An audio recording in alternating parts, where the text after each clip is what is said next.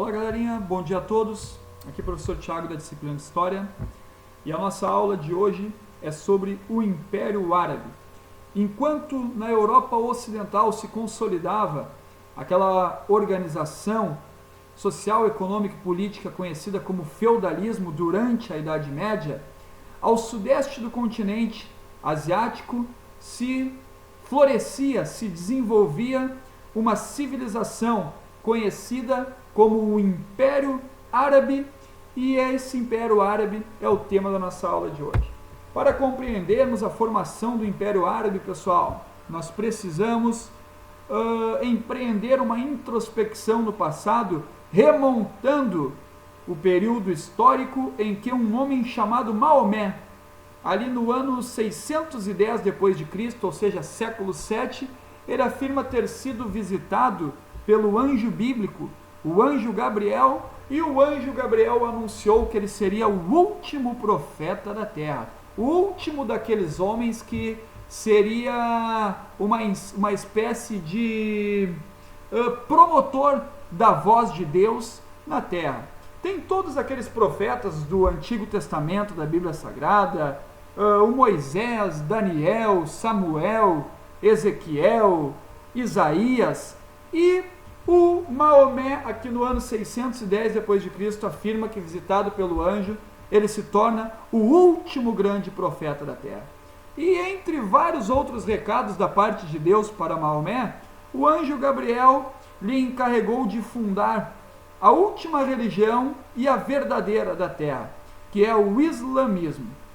Então, galerinha, o profeta dessa religião seria o próprio que foi visitado por o anjo Gabriel, Maomé, e o Deus único dessa religião seria chamado de Alá. Galerinha,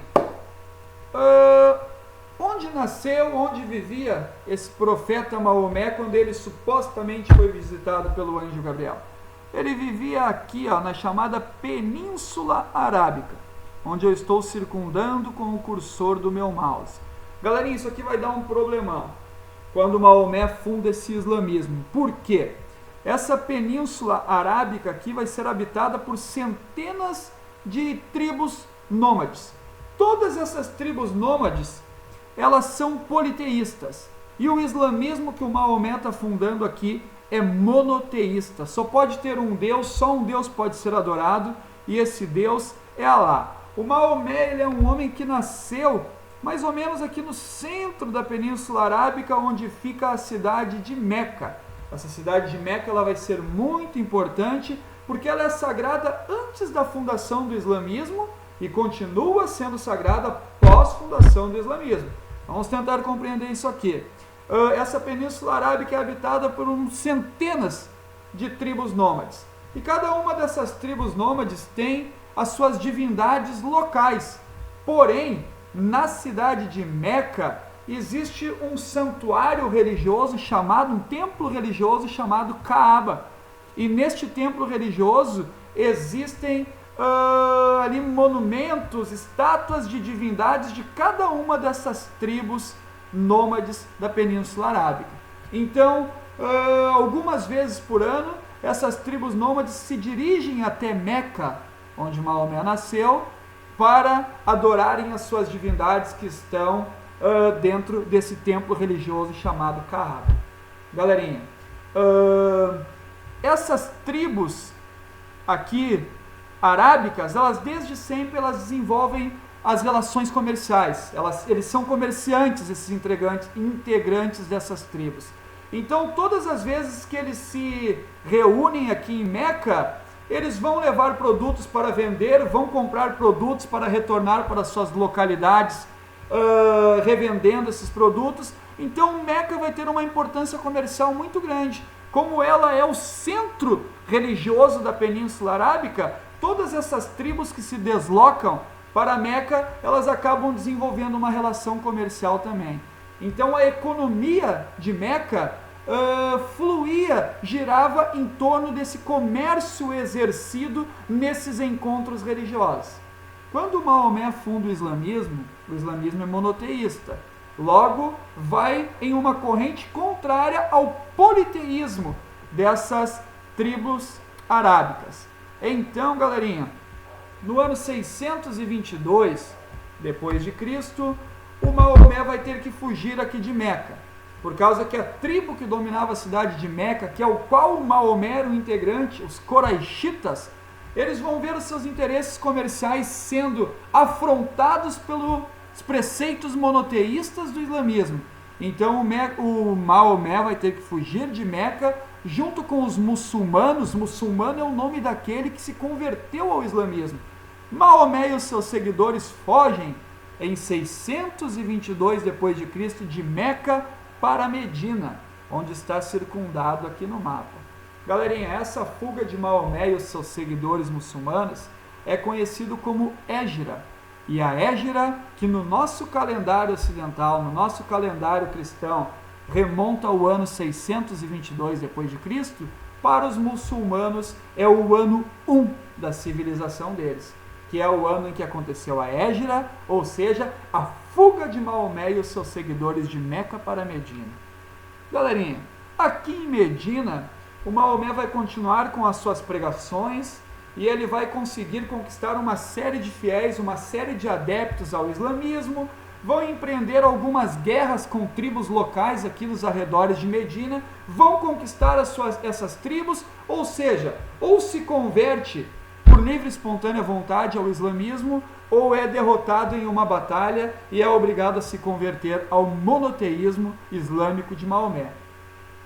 Passado ali uma década, o Maomé forma um exército muito poderoso em Medina, retorna para Meca, domina Meca, tomando o poder da mão dos Coraixitas e se torna então o governante político de Meca e o líder religioso do islamismo. Aqui nós já estamos falando, galerinha, do processo de unificação da Península Arábica e, consequentemente, resultantemente, a formação do Império Árabe. Notem, pessoal, antes de Maomé dominar aqui Meca, a Península Arábica como um todo era formado por várias tribos nômades independentes. Não existia uma centralização política. Cada uma dessas centenas de tribos tinha os seus líderes locais.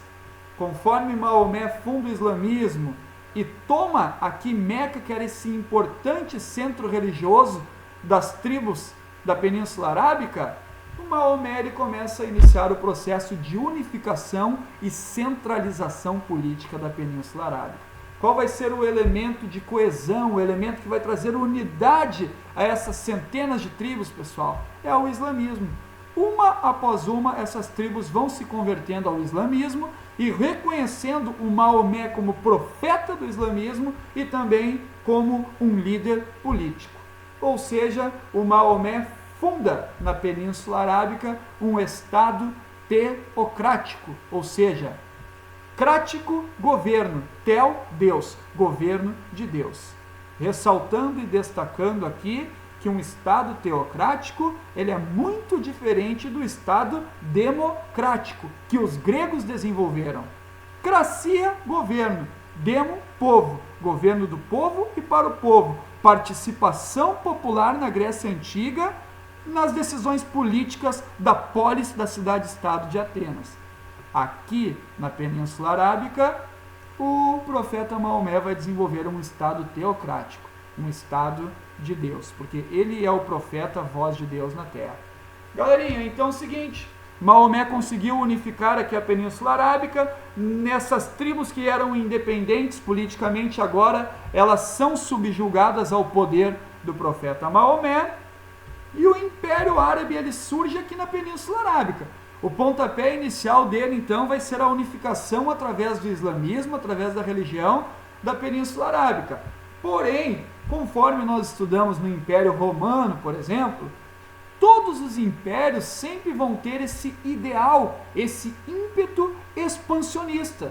Eles surgem em uma determinada localidade, porém vão estendendo seus domínios territoriais através da conquista de outros povos. O Império Árabe, então, que surge aqui na Península Arábica, vai se estender até a chamada região aqui do Oriente Médio, vai se estender pelo norte do continente africano e vai chegar aqui na Península Ibérica, galerinha, onde hoje se situa Portugal e Espanha, já dentro do continente europeu. Isso aqui vai ser muito emblemático, galerinha, porque na Idade Média que nós estamos estudando aqui, se consolidou na parte ocidental europeia o chamado feudalismo. Quais são as características do feudalismo que nós já estudamos até aqui? Aqueles feudos autossuficientes, praticamente não existe mais cidades, não existe comércio entre um feudo e outro. Galerinha, no feudalismo, cada feudo é independente e a sua produção é autossuficiente. Não existe uma ligação entre um feudo e outro muito dinâmica. E agora, aqui, os árabes invadiram a Península Ibérica, pessoal. A Península Ibérica era governada, aqui na Península Ibérica havia se estabelecido o chamado Reino dos Visigodos, que é um desses povos bárbaros que invadiu a Europa pós-queda do Império Romano Ocidental. Os árabes vêm aqui do norte da África, cruzam o chamado Estreito de Gibraltar, aqui que separa o continente africano da Europa, e dominam uma grande parte da Península Ibérica. Galerinha, quais são, o que é o legado importante, essa herança importante da dominação aqui, dos séculos que os árabes dominaram a Península Ibérica aqui? O que eles deixaram para os europeus? Os árabes, por exemplo, introduziram o cultivo de arroz, laranja, cana-de-açúcar e algodão na Península Ibérica. Pessoal, pensem o seguinte, nós aqui no Brasil fomos colonizados pelos portugueses. O estado de Portugal vai surgir mais ou menos aqui, onde eu estou circundando com o meu mouse, na Península Ibérica. Quem introduziu o arroz aqui na Península Ibérica vão ser os árabes. Quando os portugueses, lá no processo de reconquista da Península Ibérica e a expulsão dos árabes, conseguirem retomar a Península Ibérica, os portugueses são cristãos. Esses portugueses vão cruzar o Oceano Atlântico e trazer aqui para a América o cultivo, a cultura do arroz. Pensem, galerinha, atualmente, ou seja, hoje, o arroz é a base da nossa alimentação. E quem introduziu o cultivo do arroz na Península Ibérica foram os árabes. Notem a importância histórica, dentre outros fatores, desses alimentos que os árabes introduziram aqui na Península Ibérica. A cana-de-açúcar, que vai dar origem ao açúcar imprescindível para adoçar os alimentos e as bebidas que nós ingerimos no nosso dia a dia. A cultura do algodão, galerinha, a maioria das roupas que nós utilizamos tem como matéria-prima o algodão.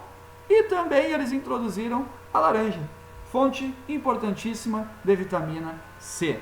Além disso, culturalmente também esses árabes, por terem se expandido ali pelo Oriente Médio, eles entraram em contato com as obras clássicas dos filósofos da antiguidade grega, Platão e Aristóteles, traduziram e conservaram essas obras.